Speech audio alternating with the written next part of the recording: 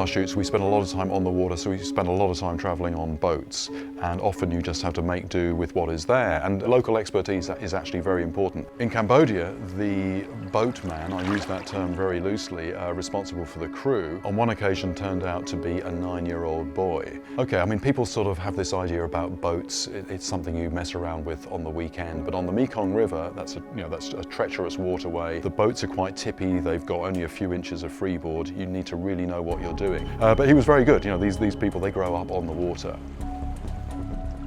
My personal transport at the big lake, Tonle Sap, was a very picturesque boat, but that thing was a real challenge to operate. I had to operate it myself because there wasn't room for anybody else.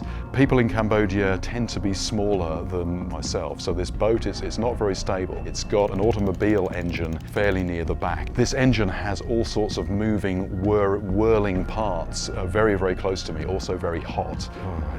I mean, I could just go on and on about this thing, but at one point I was sent off just to get some footage, my sort of point of view footage. So we put a miniature camera in this boat, one pointing forward, one pointing back, and I just went driving around amongst all these floating houses. Everything was going fine until the prop fouled on a piece of discarded net, so suddenly I grind to a halt.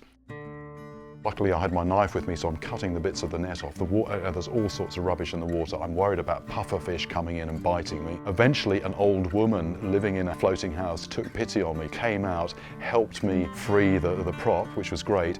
The thing is, then I have to restart the thing. I'd always had somebody else to start this for me. I have to stand straddling the motor, and every time I try, it backfires, it never starts. What I should have done at this point is actually call up the crew on my radio, come and help me, but of course I didn't have it with me. So I am still trying to start this thing about half an hour later when the crew who've been searching for me saw somebody struggling in the distance trying to start this boat. The thing is, in a situation like that, it's always tempting to turn the little camera off. But I always know that from the director's point of view, those are moments of pure gold, so it's like, I'm just feeling so humiliated. I want to turn that camera off, but no, they're just going to love this so much, I have to keep it running as things get worse and worse and worse.